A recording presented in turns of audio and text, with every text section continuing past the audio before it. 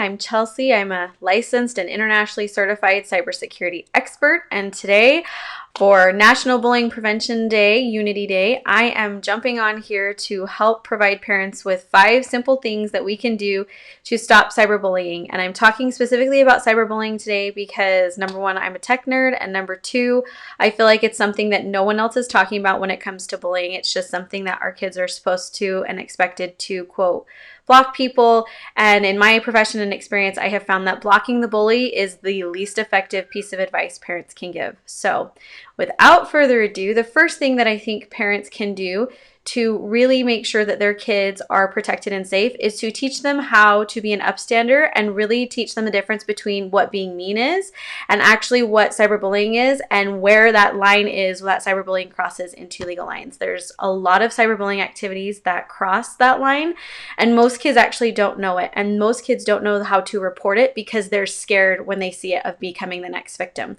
So teaching our kids how to be upstanders and where that line is and what it looks like is really important for our kids, and it's not as complicated as they think, and it's something that I feel is super important for us to do.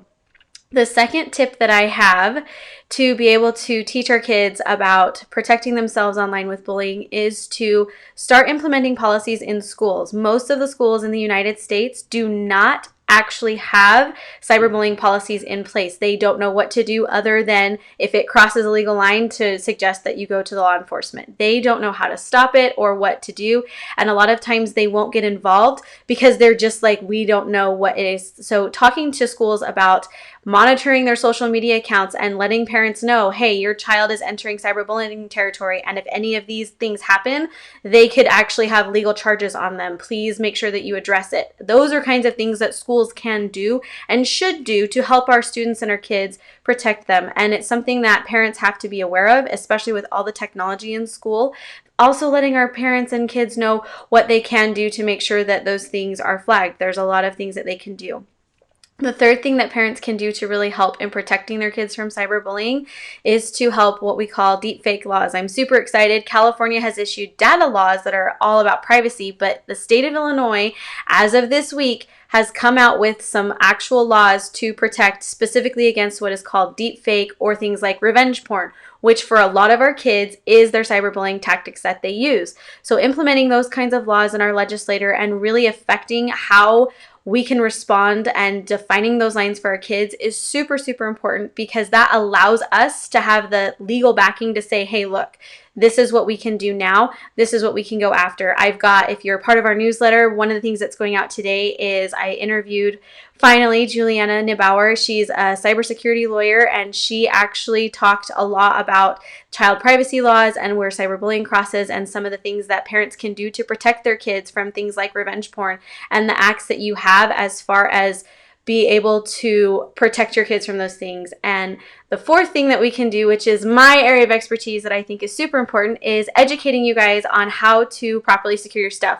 If you've been around here for the past week, you know that I have talked about the 4 most common apps that kids are using today with bullying and how to talk and prevent that from privacy settings. But there's so much more things that you can do, making sure you know how people find your information online or what information is out there about your kids, letting your kids know like how to protect themselves from letting their information accidentally getting exposed and what they can do once that information has been exposed is so important. We're seeing in the cybersecurity community that's not a whole lot reported because it's really hard to track, but we are seeing a huge increase in child identity theft. And when these next generation starts hitting 16, 17, 18, going out and getting jobs, trying to apply for colleges, they're going to have some really, really, really hard wake-up calls because that is something that is going to start becoming really prevalent due to these violations of privacy that are happening with kids.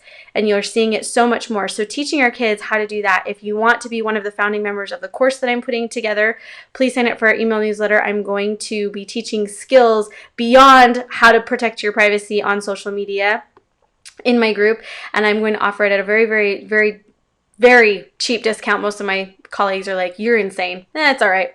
I've been called worse. So This world is so different from what we grew up in, and we are really, truly, honestly in the pioneer stage of implementing cybersecurity laws. A lot of them aren't even able to protect us from other things and other tactics like social engineering. Most kids, if they have your phone number, they can get access to your accounts and things like that. And it's just so important to really tie in cyberbullying with what it is going to act in the future. I have a lot of clients that talk to me about how they're adults and they're being cyberbullying, like my friend Amber, who we have done a lot to stop it and to really focus on it. But cyberbullying doesn't just happen to that. I have seen abuse victims come out to me and ask me about privacy and security advice because they just don't understand what more they can do. And you have people that are finding you from decades ago so much easier online due to things like social media and stuff. So it is not a bad place. We just have to learn how to secure the boxes, and cybersecurity is one of the number one ways that we can do that. And so just as a recap really quick, the 4 things that we can do. Number 1 is to actually educate our kids on how to be upstanders and report cyberbullying. The second one is to get our schools involved, because most schools don't understand how they can get involved or what more they can do other than refer you to law enforcement for certain things. The third thing is to really pay attention to the deep fake laws that are coming out and really making sure that those things are implemented in our states. And the fourth thing that we can do is really teaching our kids about how to protect their privacy online. And if you want to be part of my founding course that I'm going to launch next week, please send me a direct message or sign up for the link in my bio. It's super important to get these tools out. Nobody else is teaching you guys these things, and I really just feel like this is the number one way we can stop cyberbullying in full force and be able to kind of give the world the wake-up call that it needs. So if you guys have any questions now, I'll answer them here.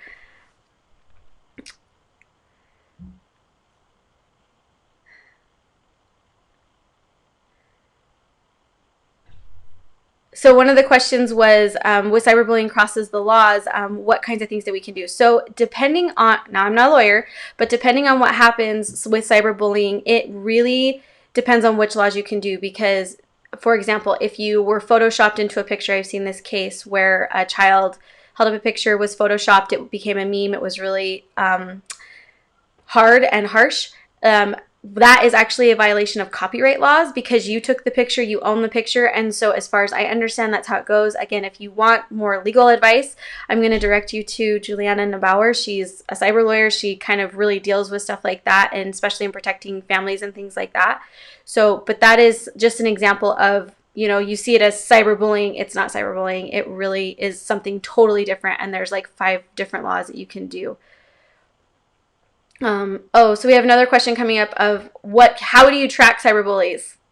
Okay, you want to hear the dirty secrets of a cybersecurity person? Let me just tell you. Nothing is private online. I can track you by your IP address. That's how we find cyberbullies, is we don't track them by the account numbers, you track them by the IP address, because the IP address is linked to the actual computer, the actual device, the location, all of it. So unless your kid knows how to scramble their IP address, which you have to be a high-level hacker how to do, you can find a cyberbully. Very easy. It's not that hard. I've done it with a few different clients. So are there any other questions about being able to protect your kids or things like that?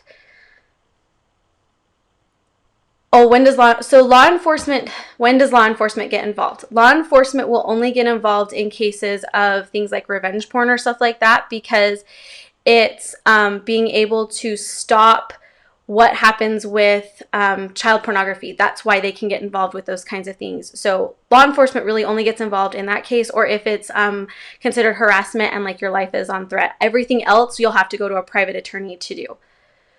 What's your opinion about apps that have access to your child's activity on phones? So apps that have access to child activity on phones, the truth is, my concern is, where is that information being shared and what do they have access to? Because that's kind of for me, that's a really broad question, because they could have access to, their contacts and things like that. And phone numbers for criminals are more valuable, or as valuable as a social security card. Because if you think about it, your phone number is usually linked to like your credit card accounts, your files and things like that. And so if they can access those kinds of information, then your child can very, very easily slip into identity theft so fast. And again, in the cybersecurity community, we're seeing a huge rise in that. So I know that's kind of not a specific answer, but as far as apps go, it really just depends on what they have access to. And really, truly, honestly, no app should ever have access to your contacts, ever. location data is a big thing too, that I'm getting here asking about location data. So location data is how you track your GPS location. I know a lot of parents use it to track their kids. The truth is, I can use that as a cyberbully. If I'm on that app, I can track your child through it too. Just the same way I just posted a few days ago about an app on Instagram that came out where Instagram people can track like their followers in real time. So one of the aspects of cyberbullying that we see is kids will actually get online. Minnie McKnight talked about this in her book, where her daughter actually had a stalker pay money, got their address, and showed up at their house and literally followed the mom's account. And when she posted live, he showed up at the place that they were at and stuff like that. So that's the kind of things that happens with these kids. So cyberbullying isn't just contained online. It really, truly, honestly crosses a lot of legal lines. That's cyber stalking, and that is against the law. And there are laws in place to protect you from that. And we're just seeing that more and more, because it used to be just famous people, and now as people are, getting more involved online, especially if you're like an influencer or you run a very public business, or even if you're just low-level office, we're seeing with even like church members in various church organizations, cyberbullying is becoming something where it is not okay. And there are so many things that kids do, like the government site says some cyberbullying activity crosses into legal lines. I'm kind of the mindset, if it is more than mean comments where it is not threatening your life, then it most likely crosses into some form of legal line, depending on your state, depending on the laws that are there. And we're going to see more changes come out as, like I said, these deep fake laws are coming out. That's what they call all of these activities. So it's things like doxing, libel, defamation of character, photoshopping an image and placing it into a video about your child, or things like that. These kids do some really crazy things, and some of them don't even realize that that's the kind of stuff. So it's not all bad. It's just learning how to protect ourselves from it. And like I said, if you're interested in learning all about that, I'm doing a foundation course where I'm just going to open it up to 25 people, and you can get on the email list on my website and in our profile to access that, because I feel like these are skills that should be taught not just to parents but also to kids. And it doesn't just, they're skills everybody needs. That's kind of why I got my degree, because over a decade ago, that's what was happening in our family, as we were seeing some things come out. So there's no more questions. I'm going to go, and if you guys want any more information, or you have any more things that you want to talk about or learn more about, specifically, I've got all the links. You can sign up for the newsletter in our website. It will just kind of put you through a recap, and then after that, we'll pretty much stop talking about cyberbullying and just send you updates about maybe keeping your information private once a month. But the whole point of this campaign in this month was to make sure that you guys know how to protect yourselves and your privacy, which I am going to continue talking about as we get into the holiday season, which, if you're not familiar with, that's the number one reason hacks and scams come out, usually is through the holiday season. So we will talk to you guys later. And remember, please share this with a friend or family member. That's how we can make the virtual playground a lot safer for everybody.